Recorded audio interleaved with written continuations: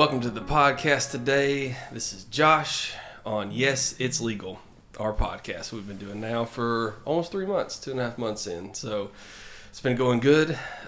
Some of the most recent things we've been getting these past weeks are just questions that want to be answered. So people have asked us, of course, we've been doing retail stuff. I've been doing person-to-person sales in the retail environment since 2018 in the hemp space. So lots of questions over the years. And I was hoping to kind of just do a rundown and do some little shorts for some folks that, have quite often thought about wanting to try something, but not really understanding, or because it kind of goes both ways. Some of the folks that are cannabis users, well, they're like, that's hemp. That won't work for me. I'm used to the whatever, right? Little do they know, the whatever is right here in the store down the road. But then the other side of it, for the folks that are grew up on it or grew up without it, and so many folks that are in their older years now that have never tried cannabis, but now that it's become legal and pushed all throughout the state, have wanted to try, and then they're worried about the opposite, about feeling too much about it. So it's kind of like it's a battle to, again, our slogan, the something for everyone, and it really is the case. But in order to not set yourself up for failure, there's a lot of things that we do, and the way that we manufacture our products from, to make something for everybody. So there's products without THC in them. There's products that are just CBD. There's products that are a blend of everything to open up your cannabinoid receptors for the full entourage experience of what cannabis and hemp can offer. So I guess we'll start off by first, probably the most important question that we get asked is, how will this affect me? What is this? What is this? Well, when you're coming from let's say most of our products are targeted towards, pain, inflammation, wanting to feel better about your day. So for the products that are just like your day-to-day stuff, your high CBD, little THC, your typical full spectrum product, it's going to be, relaxing, chill. It's the idea of not having to take Tylenols and Benadryls every day type thing for just like the day-to-day issues versus having to smoke all day or whatever. So there's let's get into, now I'm struggling over here, because now I'm thinking about the next step is how to take all these different things and all these different things that we make, the oil, the vapes, the gummies, the smoke, the drinks, the whatever. So what it can do for you can do so many different things, and the highlight of what it can do for you and how you can take it can be done in so many different ways. And this is one of the things that people struggle with online, because it's like, all right, there's a million different things to do and there's a million different ways that they affect me, but what's the right thing for me? And then knowing your own dose. So do I need the 5 milligram or do I need the 50 milligram? So hopefully by the end of this, we will come up with a good solution for answering the question for everybody. But what that looks like right now, let's see. That got real hard, man. That got real hard. And it is the hardest question to answer when somebody, there's just so many different things, There's 12 different types of gummies. There's 8 different kinds of oil. There's 10 different kind of drinks. And there's 30 some odd different kinds of flower options. So, man, it's hard. Back myself in a corner on this one. So let's start out with how to take something. This is going to be the best, right? So how we take something. The drinks, they kick in 15. Well, let's start with smoke because they're the fastest. Smoke, inhalation, vape, right to your lungs. Effects kick in a minute, lasts for 30 minutes to an hour and a half. You step up from there and you want something a little more long-term. You step into the drinks. Drinks kick in 10 to 20 minutes, lasts for hour to 3 hours. And then for some of the longer term, so the folks that are like, hurting during the day, just want to have a little less anxiety, be more calm throughout the day, would not want to yell at my boss when he's coming talking to me, right? Like the long term something, you take it in the morning, it works all day. The gummies, the tinctures, and the oils, those are going to take an hour to kick in, but they're going to last 6 to 8 hours or so. So first of all, getting the idea of like how intense you want your effects and experience to be. You can eat it, you can drink it, you can smoke it. Each one of those have their own variable to them as far as speed goes, and then intensity goes, and longevity goes. So first thing to try out, we always recommend the gummies, because there's 12 different types of gummies. And in these 12 different types of gummies, there's something that has no THC in them that's good for the day or good for the night, Sol and Luna. There's stuff that does have THC in it. That's good for the day, good for the night, sunset, sunrise. And then what the differences are going to be on those, we can get science talk all day, but it's just the idea of cannabis science that we put into here that's going to make you alert and energetic, or cannabis science that's in there that's going to make you sit on the couch and stuck. But so many people that like this, that like the nerve pain or the body aches or the just want to feel better throughout the day, even though they take the nighttime stuff during the day, there's still benefits for them. That isn't just the couch lock want to make you go to sleep or not do something. That nerve relaxation that you get is really, really cool with some of the nighttime products. So with the gummies, the way that we do the 3-pack, you can pick any 3-pack you want, and we would do the deal where the 3rd pack's like almost half off when you get the 3rd. So the idea that you can try a daytime and a nighttime and just a euphoric one, or the Delta 9 CBD one, which is good for just like the pain relief type aspect of it. So usually I like to steer people towards the gummies just because the versatility in products, and then being able to be like, here's 3 different versions, try all of them, see which one you like. And then the best thing about it is when you come back and you're like, this is the bag for me. This is the one that I want. This works for me. Then we take that one bag and say, well, this is the formula of this, which would be the Sunrise blend, for example. Then we can take that and be like, well, if you like this blend, you're also going to like these cookies or this drink or this vape or these other gummies that we have that are the same. So that's always a good go-to for somebody looking for, I don't know what to take, I'm unsure what's right for me. The 3-pack gummy deal is just kind of the best thing overall. The versatility in the gummies is something for everybody again. So that's always a good one to go with. When it comes to the dose of something, everybody's different. There's somebody that could come in and get a gummy, they'll eat a quarter of a gummy, and that's great. That's all they need for a day or day and a half. There's people that come in and they'll eat a quarter of a gummy and be like, it didn't do nothing for me, I did something wrong. And it's like, well, eat 1 or eat 2. So you can always start small, and you can always eat more, but you can never eat less type idea. So I would kind of like to say, well, your first time, if you take too little and don't notice it much, it's better than taking too much and noticing it, and it's a bad experience, right? So that's an important factor when it comes to cannabis in any regards, is you can always eat more, you can never eat less. Let's see. With the edibles, they are a great replacement for the gummies. Usually the edibles that we make are stronger than the gummies. They do last longer than the gummies as well because the strength is more.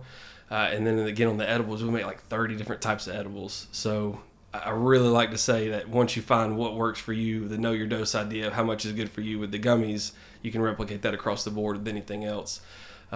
And knowing your dose with Snapdragon, every product that we make, if it's a 10 milligram drink, a 10 milligram gummy, a 10 milligram whatever, it is exactly 10 milligrams. So you don't go from one product having a great experience to another product having a bad experience, because what you're used to is what you're going to get the next time you get something from us. So that's an important factor as well too. Quite often you'll go somewhere and it's a 500 milligram nerd rope and you eat it and it's like, oh, that didn't really do a whole lot. Then one time you'll eat a 500 milligram nerd rope and you're passed out, not feeling very good. So consistencies are a big factor that we like to keep up. Let's see. We talked about the onset, talked about the differences, potencies, available formats.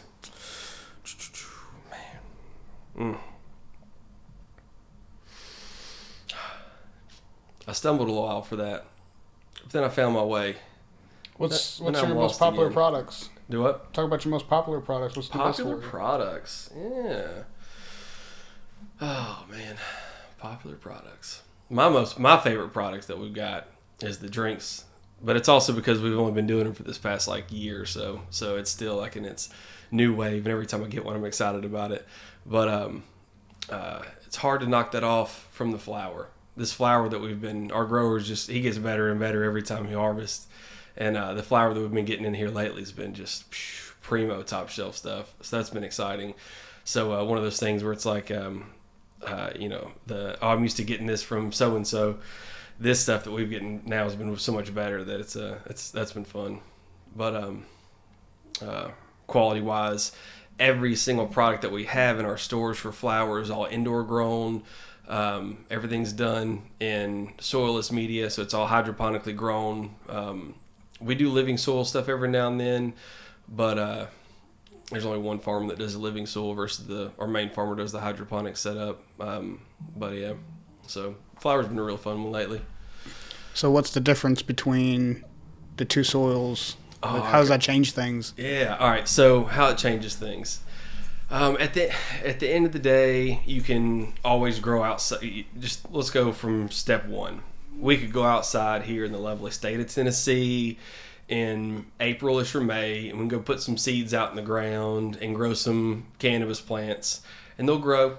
And then June, July gets hot, and the nugs swell out, and they're not dense anymore. And then in August, it always rains a lot here, so powdery mildew and mold are horrible. And then September, October come around, and you harvest your crop, and you have all this stuff that you don't want to smoke because it's grown outdoor. We're bougie now in the cannabis world. Nobody wants to smoke anything grown outdoor. It's indoor, at least greenhouse grown. So outdoor stuff's all grown at this point for processing, turned into oil, turned into edibles, turned into dabs, stuff like that. Because when you're going through a solvent-based recovery, any type of process, anything that could be there, good, cleaned up, remediated, whatnot. So the old school traditional ways of just growing outside, that's they still do it in Northern California and Oregon because their climates are good, but something you cannot do in Tennessee successfully unless you're doing it just for extraction processes, for making edibles or gummies or whatever. So whenever we talk about the next levels of grow, what a lot of people are doing now is light depths. So it's essentially, well, hey, we have a field outside, let's build some greenhouses and put some tarps up, but it's still, we're doing an outdoor grow. There's still bugs around, climate's not controlled, humidity's not controlled, but we can control the light. We can deprive it of light to get it to go into its flower stage without having to wait until October. So you could do 2 grow cycles a year in a light depth grow, at least, even more if you do autoflower and stuff like that. But anyway, so light deprivation, greenhouse grow, you still don't have control of your climate versus an indoor grow. Indoor grow is kind of the standard in cannabis. That's if you're smoking some flower, indoor grow is the way to do it because every aspect can be controlled. There's been so many times where, just as of now, the full panel testing is going to be required for the state of Tennessee for flower. But over the years, testing, we have an extraction lab here in Tennessee, and we still extract for farmers that grow and want to turn their product into oil or whatever. Quite often, we'll have somebody bring 400 pounds of flour to us and be like, hey, turn this into oil for me. I can make some products out of it. So we do that a lot. And by the learnings of what we've done with that, the amount of failed full panel tests we'll get back from stuff grown outdoor, we just don't believe it to be the future. Just heavy metals in the soil, what was grown there before. There's so much that cannabis can uptake that whenever you test this nug off this plant that was grown, it will be it's just got stuff in it, So, and also to the powdery mildew and the molds and stuff like that. With how much it rains here in August, the humidity that we have in Tennessee, it's always really high humidity. Mold likes to develop on the plants. So quite often when people do outdoor grows here, they don't pass full panel test. So anyways, as we talk about the indoor, the differences that we have in the quality of flower. So let's say outdoors trash, greenhouse stuff, it's okay. We'll look at it every now and then. But what we focus on at Snapdragon is the indoor. There's 2 different methods of indoor grow. There's really like 3 different methods, but there's 2 different basic basic methods. You either do soil, so whether it be cocoa coir or living soil or just dirt from outside or compost or whatever, your soil media is your main. And then your secondary solution would be a soil-less media. So like cocoa coir, like little cocoa balls instead of cocoa and dirt, perlite and stuff like that. And then that one, there's no soil in it at all. Your plants are just suspended in the soil-less media, and then the roots come down from them. They search for water, and they strive just looking for water in the bottom of the bucket. There's pros to both. There's some different speed rates that comes when in hydroponic versus soil, but there's also more requirements when it comes to nutrients. You have to make sure that your water is pH balanced and nutrient sufficient throughout the growth cycle by dumping your water and filling new water up all the time versus some of the soil stuff's more of the sitting and suspended in soil. So you can give it the nutrients. The soils hold the nutrients. If you do an organic method, a lot of people do like mushroom teas and compost and stuff like that. So they don't have to do like salt-based nutrients. So the quality of the nutrients then gets into a whole different realm of who you talk to, the grow aspects of things. I've done multiple different. I like the R&D aspects of it, so we can really know what's going on, right? So I've done soil, or I've done living soil, and I've done multiple different methods of hydroponics. I've never done aquaponics with fishes. I've always wanted to. That'd be cool. But we have done aeroponics before. Aeroponics is fun. It's efficient, but there's a lot of problems that come along with it. A lot of times our nutrients will get clogged up in the little feeders. And then if you got 100 plants in a room, 2 plants in the back didn't get water because their line got clogged. So little stuff like that can be a headache having to deal with the aeroponics, because it's more of a fine mist of a spray. It takes the technology of like, well, instead of just putting water on it and water runs down and it searches for the water, it actually mist up water on the bottom of the roots. And there's all these different crazy things that people try to make a plant grow faster and make a plant have better potency on the nugs. But nutrients are definitely an important factor about it. A lot of standard, like general hydroponics, popular name in nutrients, salt-based. It's standard. But as we get into the organics and the mushroom teas and the compost and all these fun things like that, we get into the fun playing around with. But a lot of different ways to grow. But overall, your standard hydroponics will net you a little quicker yield time. You get a little more control over them. You can like between your flower, because your flower stage will want more like nitrogen versus in your growth stage you want more nitrogen versus in your flower stage.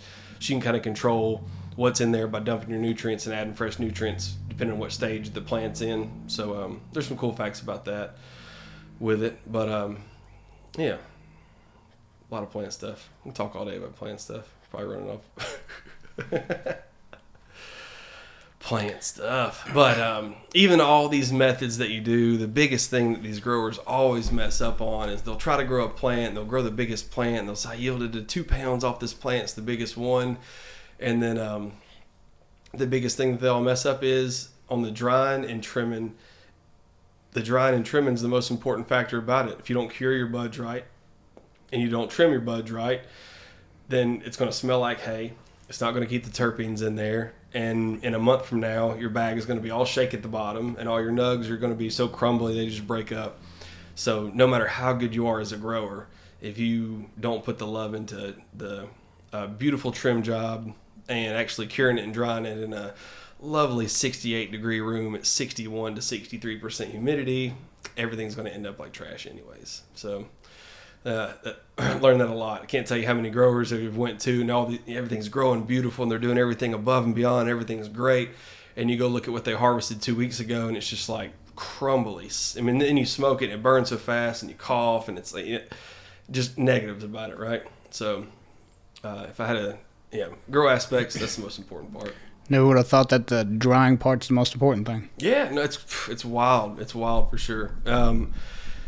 Like it's a side-by-side comparison of something dried right versus dried improperly. I mean, it's the difference between something costing half as much. So I've seen people fail their entire farm because it's like, hey, it took us 3 months to grow these 33 pounds that we grew, and you look at it and it's like, this ain't worth half of what you thought it was worth because you messed it up, So it's one of those things where people think you can rehydrate. If you take some flour and you leave it out in a dry room and it becomes brittle, people try to throw like tortilla shells in there and like wet napkins in there and lemon citrus peels in there. Once that humidity comes out of it and then it rehumidifies, it will forever and always smell like hay. You can't get rid of it. Yeah. So happens a lot for sure. Is that still salvageable after you dried it wrong for anything else? Yeah, the THC content's still there. So, like making edibles with it or turning it into oil, stuff like that, great for. And that's one of the biggest things. Probably like 75% of everything I've extracted over the past 5 years has all been either trim material, overstock material, or somebody grew 10 acres and didn't have an idea who was going to buy it, and they harvested it, and they're like, it's been in our room for 3 months. We don't know what to do with it. And we'll run it and turn it into a usable product for them, kind of help them out, show them how to use it. So definitely happens, especially in the CBD market as it grew from 2018 to 2020.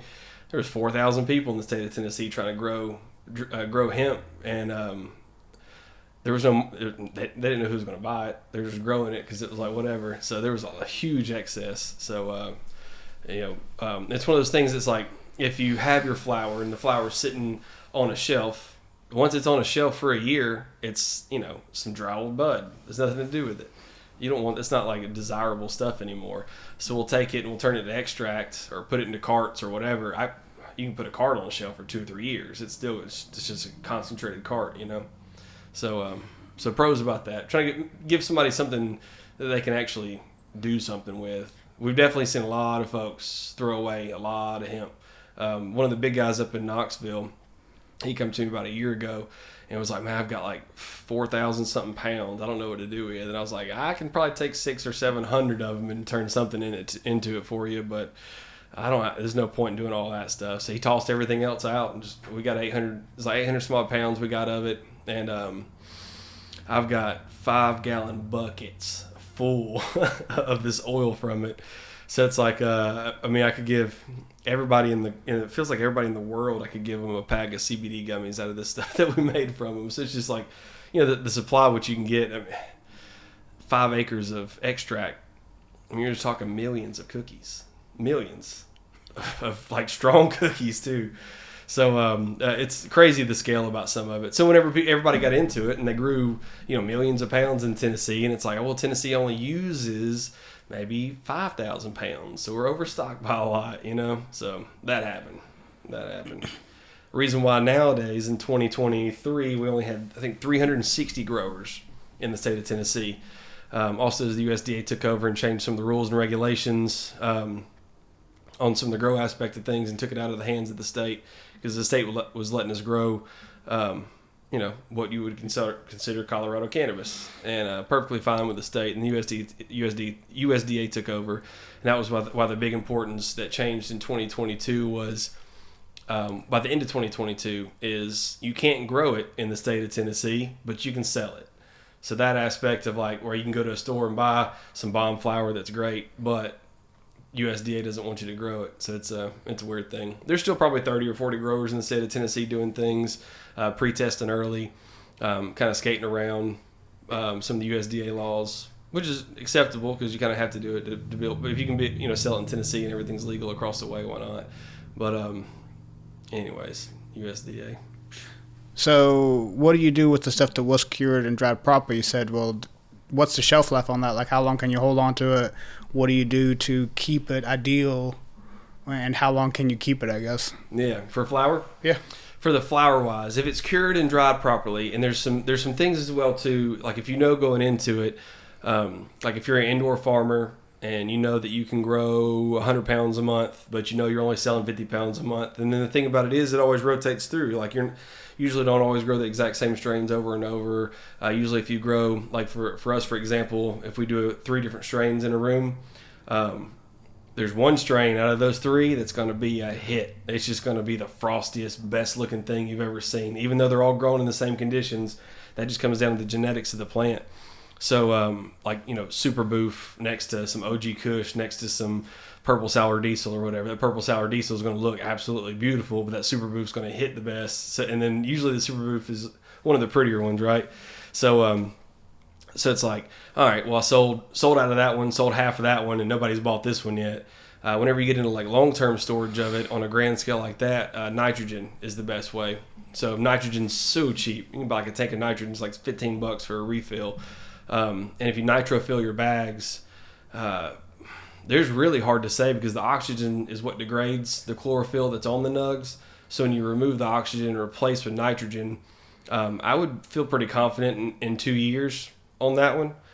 Just regular vac sealed with air removed, a year, and you're still not going to have any mold. You'll still pass a full panel test. Any longer than that, you might start risking some stuff with oxygen.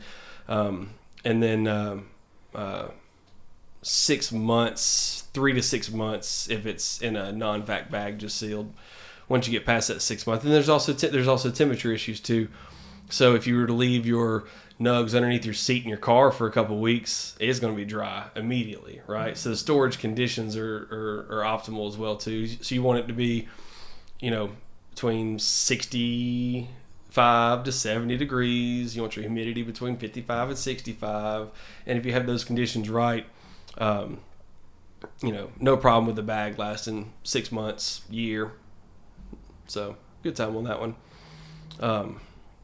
The biggest thing, and there's not really much of a negative until you start crossing. Even after you open the bag? Yeah, even after you open. Yeah, as long as its conditions are right. I've got some in my house in my little like a little top shelf in my little closet. Maybe like a ounce or so from some different grows over the years. I'll grab like 2 or 3 nugs and kind of set them away. So I've got like a little mix pot up there, and after.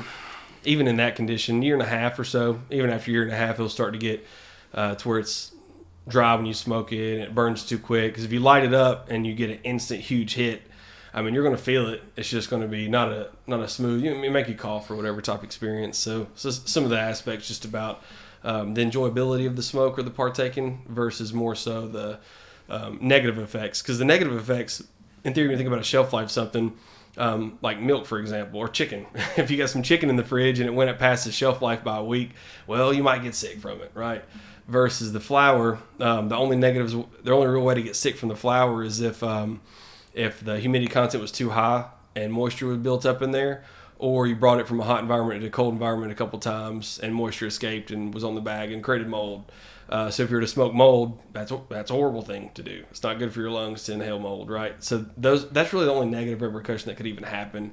I've definitely, in the past, smoked some stuff I found at the house that was who knows how long old, but nothing bad to happen, I guess, per se. Versus eating an expired edible or whatever. Besides the smoke just being too bad, but mold can happen though. You got to be careful with these humidity packs nowadays. That was one of the worst times in my quickest learning lesson. Raw makes these little humidity packs. It's a ceramic stone, and you just run it under a little bit of water. The stone gets a little wet, and I did that once and put it in a bag. This was my upsetting part. It was I think 2 ounces I had in a bag. And it was one of those things where it was it's a little older, it's a little dry, so I tried to rehydrate and see what it would do. And I come back 3 days later, and where that nug was around all the nugs that it was touching, or where that little stone was around all the nugs it was touching, it was all solid white. So I molded, and I just threw the whole thing away, which sucked. But so you got to be careful about some of that stuff. So that's why I don't really recommend rehydration on things as well too. Not a lot more risk versus what it is versus a humidity pack. There's a company out there called Bovita that makes a humidity pack. They make one at 58 and they make one at 62. 58 on the low end, 62 on the high end for humidity. And those things are the best. So my storage jar I got at the house that I've had some nug in there for some 2 years, a lot of it probably a year and a half. I've got a Bovita in there. And once they go bad, they get crunchy, so it's bad. And as long as you keep it in that environment, mine's been in there for a year and a half, and I'll pull it out, and it's still got a little gel to it. So shelf life-wise, not too bad. But for most of the folks out there, we'll get an eighth or get a half ounce, and you'll smoke it up in a month and not have to worry about it. But sometimes, knowing different growers and stuff, some of the cool stuff that I've got, like that jar that I've got some of the frostiest stuff in there. I've got some of the purplest stuff in there, just like the connoisseur little collection of stuff or whatever. Dip in it every now and then, roll something cool up. But good shelf life though.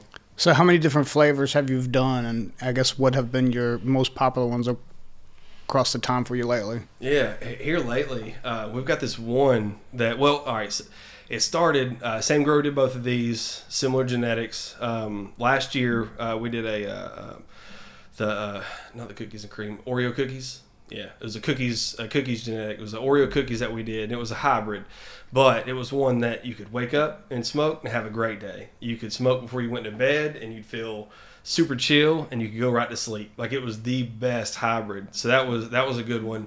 But we don't have the Oreo genetics right now on that one. So we've been doing one similar from a Sunday Driver is the name of this one, and that's one that we've got in stock right now. And it's kind of the same way. It's like a 60-40 hybrid. So it's like a perfect blend. Smoke it in the morning, good day. Smoke it in the night, chill evening. So some of that's hard to find because you'll get a really heavy sativa. If you smoke a Jack Herrera at 10 o'clock before you're going to bed, you're going to be like, let's we got the munchies now. Let's cook some food. Let's clean. Let's do something, So that those will usually keep me up. But some of these hybrids we've had lately have been cool. It's hard to find one that's good day and night. One of the next ones that we've got that's been fun is the 9-pound hammer, and there's another indica that we've got, but 9-pound hammer's been a killer indica. Oh man, I'm trying to think of this other one. I tried it just yesterday for the first time, and it was like 30 seconds, like you exhale, and like 20-30 seconds later, I was like, oh man, like a heavy hitter, But I forgot the name of that one now. It's been a good one though. Some Northern Lights coming in soon. Oh man, Granddaddy Perp's coming in soon from this most recent harvest, and most recent harvest stuff though. That's kind of the thing. It's like there's so many strains kind of rotating in, but there's always those that kind of shine out every harvest. Are you able to reproduce those and bring those back? Yeah. Oh yeah. The Oreo cookies, not that exact genetic anymore. But the cookie strain's a popular strain. I mean, it's a big seed bank out west, so it won't be hard to get the genetics again from the same place we got them from the first time. But it's not one that because we'll do mothers. So like all these different ones that we do, we got a big room, and there's just one mother plant growing of each one of them. We can pull off 30 clones off a mother plant, and when we do a room, usually it's a 100 plant room. So we'll do 3 strains, roughly 30-ish plants from each one of the strains. So that's kind of how that works. And then strip one of the mothers down, and you could regrow it if we want. But I like to take a clone from one of the mothers to replace it with. I've learned that every time that you take a plant and you grow it in the environment, whether it be hydroponic or a living soil or even outdoor grow. This was the first thing that we learned in 2018 with outdoor grow. We did 5 different strains in 2018. The wedding cake, the sweeten, the trump, and the cherry wine were ones that did good. There was a 5th that we had that everything got thrown away. It just didn't do good outdoor because we brought it from being an indoor plant to outdoor. Did not like it. It's so weird to see like how each genetic in its environment can be more resilient to bugs or more resilient to powdery mildew. We'll do them in rows, and you'll see like the trump. We had to fight off powdery mildew all year, but the sweeten that was right beside it, we didn't have to do nothing to it. It never even got powdery mildew on it. But the plants that were right there beside it were cut. It was so seeing how the plants were able to fight in their environment was real cool. But the sweeten was one that really stood out. We did it 3 years outdoor and took the genetics from each time to grow. And every year that we grew, first year was at like 14.5%. Second year was at like 16. And the third year was like 19.5, which 19.5 outdoor, especially in Tennessee, is pretty good. It was hard to complain for getting 19.5 on an outdoor scale. And then similar testing things on the indoor side of stuff. The wedding cake shined way better on the indoor. So we did like some grow tent type stuff with that one. Started like in the 16-17% range, but by the time we full scaled it, probably 5th genetic line in on the greenhouse, we were getting wedding cake 25-26% pretty consistently. So it's neat to see that it's not just going and getting some genetics from somebody and planting them and expecting it to be, I bought these seeds from High Times Magazine award-winning place. These are the best seeds ever, and it's these nugs aren't dense, and this isn't right. And there's always something about it, whether it be your CO2 content or your nutrient deficiencies during your cycles or your light temperatures or how close the lights were. There's just so many variables to it. Even the lights have variables to it. We learned pretty early on about spectrometer, about the light spectrum itself. You can go out there and you can see, in this phase you need this amount of UV light versus blue light versus the red light. So, and all these little things are just the difference between what makes something 22%, what makes something 26%. So little things go a long way. But the biggest thing that we saw from the grow perspective is just the genetics of we could take something that tests consistently at 18, love it, nurture it, clone it, keep it in that environment, and get it from 18 to 26 if you've done the right way. And whenever you look at what was 18 versus what was 26 from that same plant, the same family, the same mother that the lineage came down from, your nugs get denser, everything just, CO2. There's so many different little aspects of it, so that's been fun. What's the highest percentage you've ever seen? Well, I've seen some high percent stuff. The highest percentage that I've ever seen that I would believe is real is I've seen some 36s. 36s like from New Bloom Labs 36s. But here's the thing to get that 36 though. So here's a plant that's growing, and even if you did good, there's a pound on this plant total, trimmed up and done, dried. You get a pound off of it if done, good level. That 36%, as you're looking at this plant, that 36% is this top cola, not these colas. So when you're talking about here's a pound worth of material, well, your top cola is only maybe a half ounce. So, the other 80%, 90, 95% of the plant. So there's a lot of consistency with testing on stuff like that. But 36 is the highest I've seen from a top cola, and it's nice. It's beautiful stuff. It's just one of those. It's like, the whole pound's not 36, just that one's 36. So the most consistent that I've seen where testing top cola versus bottom cola, I've seen a lot of 29 5s and 30s, 29 5s and 30s, and that's what I consider. If I can go test some smalls or mid colas and get a 30, that's it. Because there's a real big difference between that top cola and everything else, especially when the light stuff. These people that grow, I don't grow massive tall plants. We like to do like a sea of green where you can grow some 4-footers and then mesh them out, and then the whole row is just green all the way across. So everything gets an even light spectrum. But if you grow a 6-foot tall plant, the light is up here, and as it goes down, you're 100% light here, you're 80% light here, you're 70% light here, and you're 60% light at the bottom. So just that difference between how much energy is being absorbed by the flowers and the nugs from the top and the bottom are pretty big difference. But anyways, random. I mean, shows you know what you're talking about. I mean, shows you've been doing this for a long time, and a lot of testing. That's kind of what set us apart. So many folks have been like, well, I've tried it somewhere else and it's not consistent or it's not whatever. It's like, man, testing is that's our love for sure. Tested everything from every aspect of the grow to extraction to along the way to it's cool how we got to where we are today, because some of the entry into D8 was just testing. How to make D8 and how to get to where we are with the D8 in the world today was just testing, and color remediation. It was fun. I guess it shows you care about what you do, and it shows you're willing to put the time and the money into the R&D, and that's that's what a lot of people don't want to do. I guess they're just go online and buy this is $600. I'll buy this. It's great. Buy this kit and just run wide open, right? Yeah, no, for sure. So it's definitely been fun. Hopefully soon. We bought this build over on Hicks and Pike, and I really want to take, because there's been 2 times in the past. I had Lee Highway in the past when we first built that one, and I wanted to have a grow set up where we could just showcase. This isn't going to be like mass scale where all of the flower grown is where this is at, but I want to get out to the people that are at home that have an extra closet that they want to do something with and just want to grow a plant to see what it's like. To be able to help those guys out and be like, you can make that dream a reality. You can do that right now. If anybody in their home in Tennessee wanted to grow some plants in their closet, same stuff that we have in the store, it's 100% good to go with it. So that's what I want to kind of get out and showcase, like what that looks like for being a cannabis grower in the state of Tennessee, because I do believe that there's been a lot of negatives with it in the past 2 years since the USDA took over. But the fact that their licensees have went from almost 4,000 to less than 400, it seems like they would want to do something again to do their own grow method in Tennessee, similar to what California and Colorado and Oregon and all these other places do. That's what they say. If you grow in the hemp program, you're on the USDA program.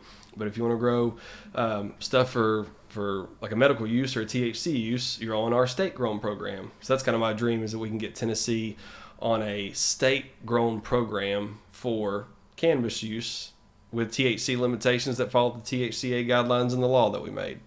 If that could happen, that would be amazing, because that's what it used to be up until 2022 and the USDA took over. So 2021, everything that we're selling in the store today, We'd send it to the state. They'd pass it, give us a good to go. We'd send it in New Bloom for a third-party analysis. They'd give us the numbers on it because the state only gives you a thumbs up or a thumbs down. They didn't give you your stuff come back at 22%. They're like, you passed or you failed. So we never had a failing test at not one with the state of Tennessee is that when they did their grow program. So that's kind of the dream, to get Tennessee back on a grow program that is following the rules that they have for the grow sale or for the flower sales of it. So as we want to push for that, we want to showcase what growing looks like in the state of Tennessee. So that little shop on Hickson Pike, little garage set up over there, I'm going to do a full, nothing big, 1,000 square foot grow or so. Just a lot of lights. Drive by, you'll see it, look good. And do like propagation room for the clones and mothers and stuff like that. So if you wanted to come by, it wouldn't be like, well, here's some seeds. I'd be like, here's a pot with a plant that's already a foot tall. Have fun with it, So because that's the biggest thing is waiting, for me at least. If I grow it from seeds, I got to sit there and look at that thing for 3 or 4 weeks before it gets a foot tall. Then it feels good. But just getting a plant right off the bat that's already that size, I mean, you're only a couple months away from having like this product ready to go smokable product type thing. So is your goal when you to sell them like that, or? Yeah, I want people to grow all around town. I want people to to enjoy the hobby of growing because it's fun. It's one of those things. It's like you're not going to produce everything on your grow at home that you're going to smoke forever and have an unlimited supply. I mean, you're not growing your entire bedroom's worth or whatever. But the connection between that love, just the same way people like plants, all these other things. You have a plant, but this plant actually, when it gets done, it'll provide you with something that you can, smoke or partake on. Like a vegetable, people every year, people love growing tomatoes and all that type of stuff. It's like that idea, like a farming type idea. But, simple little plants. They're not expensive, So come by, get you like a plant's gonna be like $10, $20 or something for a little plant, grow a little cannabis plant in your house. But some of the ideas is like the light stuff though. So if somebody wanted to come by and it's like, oh, I want to grow, but I don't know what I need or whatever. I like these guys over on Amnicola, the Urban Horticulture Supply, UHS. They are the professionals in the area when it comes to grow equipment. They actually have their own grow at their facility over on Amnicola. They just do a little hemp grow over there, and they can showcase it to folks as they come in. But they don't have propagation or selling the plants. So my goal, as on the dispensary side of stuff, is like, well, if they can help people and train folks up, and they've got no less than 10 different soils over there, no less than 50 different nutrients, no less than 4 different ways to put your soil in a bucket, whether it be a fiber bucket, a plastic bucket, a compostable bucket. And there's so much, just the unlimited potential with it. So if you want to do a hydro grow, they got you. You want to do a dirt grow, they got you. You want to grow it on a trellis, they probably got you. So utilizing those guys to kind of partner with them to say, hey, we're propagation. We've got some good genetics that we've, cultured over the years. Plants are going to be like, $10 or $20 for a plant. And then if you have any questions or nutrients or whatever, these are the guys to kind of talk with and help scale up. The last time we did a big scale, which was real fun, and hoping to get into some of that again too.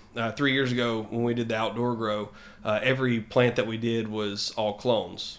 So it was here, all these plants, I think it was 3 years ago, it was like 2,600 plants or so we started with. So 2,600 little 1 foot tall plants we put out there in the beginning of May. And it was neat. So like the idea of if somebody did want to have, hey, I want to grow a half acre or something this year. There's a lot of stuff like that we can help people out with. So kind of building that up as people want to grow and get into the doing stuff at their house and the love for it. And everybody's always like, oh man, I can't wait for it to become legal so we can grow it. And it's like, we can grow it now. It's just when it comes to the large scale commercial use of stuff with the testing protocols, it's one of those where it's like, it's hard to grow for mass scale in the state of Tennessee with the current grow regulations, but growing for personal use, I want to push that hard. Because there's no testing requirements on it, and if it's out there and people are talking about it and doing it and seeing it and having fun with it, it's just that next stigma to break that we're trying to get through, right? So, making it be a little standard thing. You go over to your friend's house and there's a some would call it a pot plant growing in the corner of the room. They're like, "What? How are you doing that?" And it's that, just that spread of the word. That's like, Tennessee's, they're on board with it, but there's a couple of people that aren't. So it's, fighting that battle, but we're making strides though for sure. Yeah. I don't know if I got any other questions or not. I know, right? There's all these questions. It's neat where it goes, and it's like, I feel like a question's answered. What's the next question? What's your shelf life on the gummies, I guess? Oh man, these gummies. I've eaten 3-year-old gummies before, and they've still been good. They have, after a year and a half, they start to develop a little hard outer coating on it from the sugar crystallizing, just removing what little moisture content's already in the outer shell of the sugar. But sugars that are the gummies that we do are vegan, they're gluten free, they're kosher as well too, and they are whenever we take the water content out, when we take the bone out, like the gelatin's just bone, and then when we take some of the artificial preservatives and sweeteners and stuff like that out, it's wild what you can do just with natural sugars and pectins with a shelf life. So it's that's been so neat. That's been one of the ones that so often in the business we try for the organic and the best approach and how to do this the right way without like, you go look at a box of Chips Ahoy cookies or Chewy Chips Ahoy cookies, and a year later the cookie is still chewy. But when you look at the ingredients, there's no oil, there's no butter, there's no butter, there's no milk, there's no like normal ingredients that would be in a cookie in there, and it's different versions of oil and, fractionated this and whatever. So as we try to stay away from those things to keep things fresher, the gummies were one that really surprised us because they last substantially longer than a regular, like, non-gluten free, non-vegan gummy. So those have been cool. We do say 1 year shelf life on it just because everything has to have a shelf life to stay, FDA approved and whatnot. But I've definitely eaten them that have been 3 years old, that's for sure. Sounds scary when you say it like that. Water. The bottled water that used to be dinosaur pee hundreds of millions of years ago, it's got a shelf life of a year. It's crazy. Maybe 2 years. No, a bottle thinks a year. Maybe less because it's plastic. Now I'm thinking about it. So this whole thing about cans and stuff, like a glass bottle has a shelf life of 1 year. An aluminum can has a shelf life of 9 months. And a plastic bottle, like a 5-Hour Energy or something like that, has a shelf life of 3 or 4 months because the actual plastic itself will degrade before anything else could potentially degrade inside of it. Well, first of all, when you make a 5-Hour Energy, it's got to be really acidic so it doesn't grow mold or yeast because it's not carbonated. It's just a preserved liquid. But if you put water in a bottle and put it on the shelf, you come back to it in a month, it looks gross. You don't want to drink it, So, anyways, preservatives and stuff, shelf life things are based on their bottle they're put in a lot of times. Crazy. Didn't know that. Mm-hmm. That's news. Yeah, it is, isn't it? Shelf life stuff.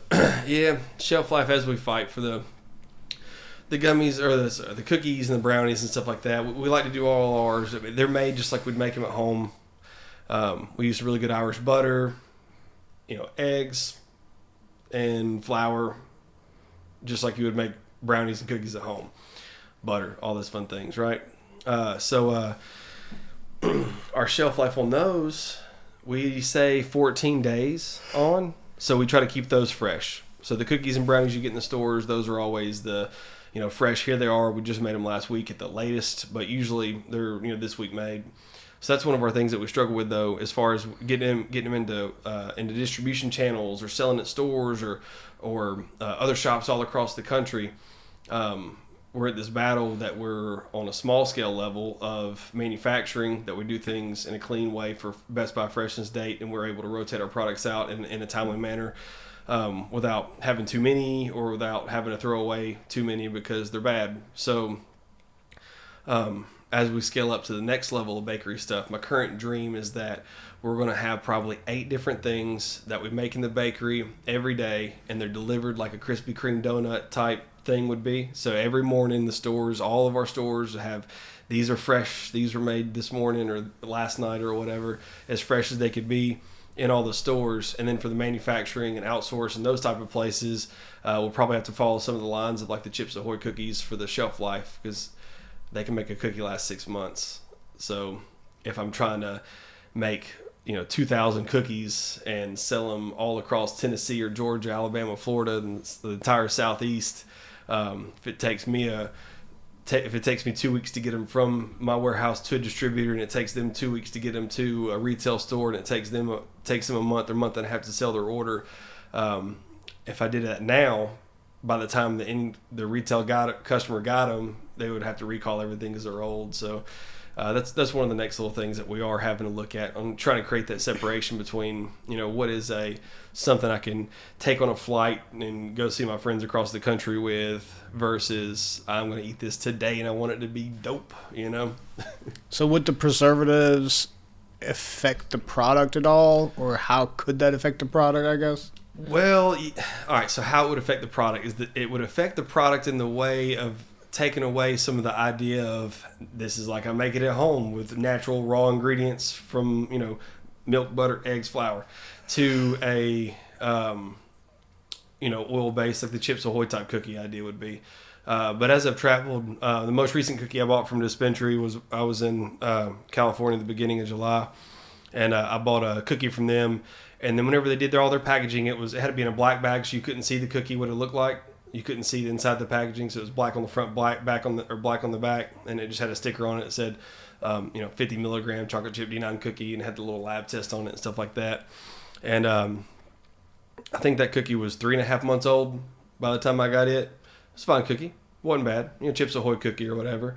But I saw that and was just like, I've always tried to do the milk, butter, eggs method, and I like that method, but I need some separation between if I want to scale the business up. So we're in talks about some of that now. It's just a lot of R&D, or potentially talking with some of the companies that help formulate for mass scale manufacturing like that, to be like, this is the oil that you need, this is the preservatives that you need, this is the ratio that you need to use. If you use these 6 ingredients in your product, you will be shelf life for 1 year type thing. So some of the consultation things with some of those guys and getting that ball rolling on that one, because we already know how to make some good stuff. But right now we're trying to do this perfect middle balance between, all right, let's make them using milk, butter, eggs, but then let's also vacuum seal them when they get done, and then let's put a little bit of potassium sorbate or sodium benzoate in there for a mold inhibitor, so that even if it is 3 weeks out, worst case scenario, you're just eating a crunchy cookie. I've eaten some of our cookies that are 2 or 3 months out, and like I said, we do 30 days on the cookies. So after 30 days, we discount them half, 30% off, and they'll usually go quick. Usually the next day that we discount them, somebody comes in, it's like, all right, let me buy all of them. so it's usually never a bad thing. We don't end up with waste. But the idea of that middle ground that we're trying to make 2 different customer groups happy, but saying let's kill it, let's become the bakery.